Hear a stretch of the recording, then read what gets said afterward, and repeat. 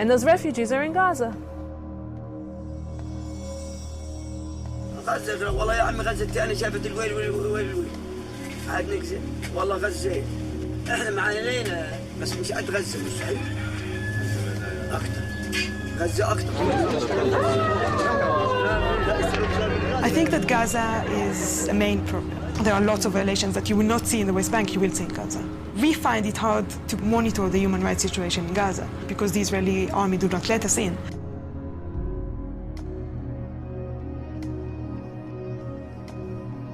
Palestinians in Gaza had been under Israeli military control for over 38 years, where 1.3 million Palestinians were crowded together to make room for 8,000 Israeli settlers.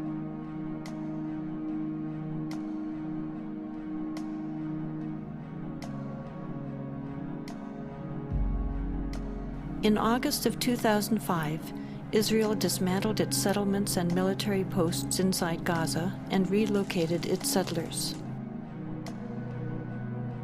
The media, along with Israeli politicians, portrayed this as an unprecedented sacrifice.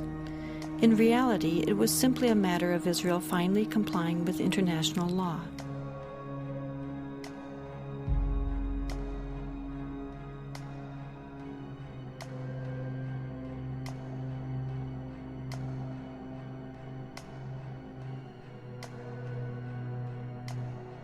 Although Israel's presence inside Gaza is no longer visible, Israel will still retain ultimate control over Gaza's borders, coastal waters, and airspace, creating a virtual prison.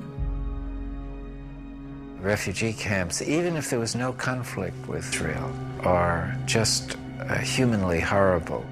They're so overcrowded. And you have 14 to 25 people living in a space.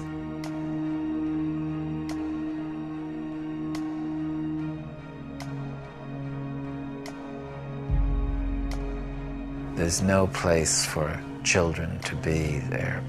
No streets, there are little alleys, no trees, nothing.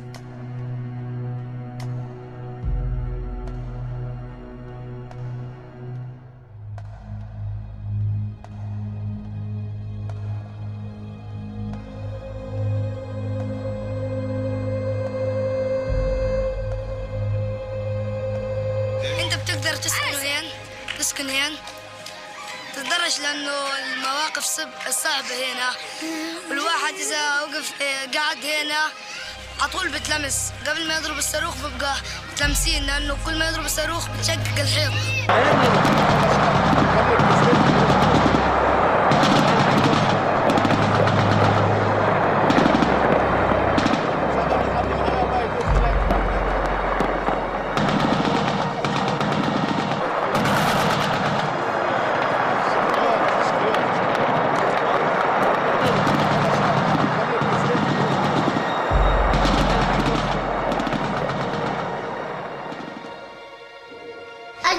قذيفة من فوق دخلت على الشباك بعدين كسرت كل الشبابيك والدار انحرقت.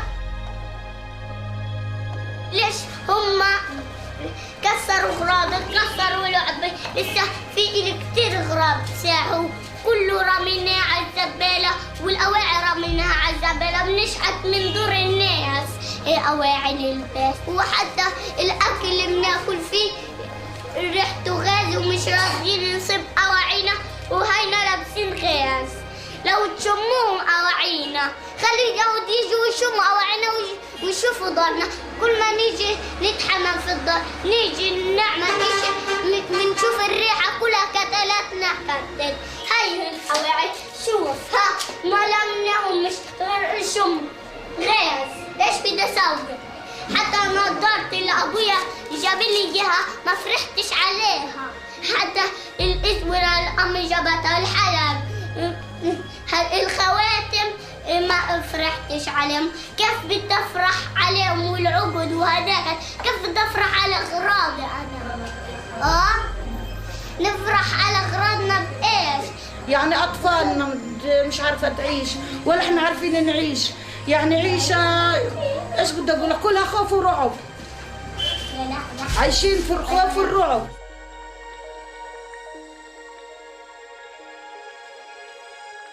أنا بروح المدرسة كل يوم بسمع الطخ، أنا بخاف من الطخ حتى بصير راجف راجف لما أنا أشوفه.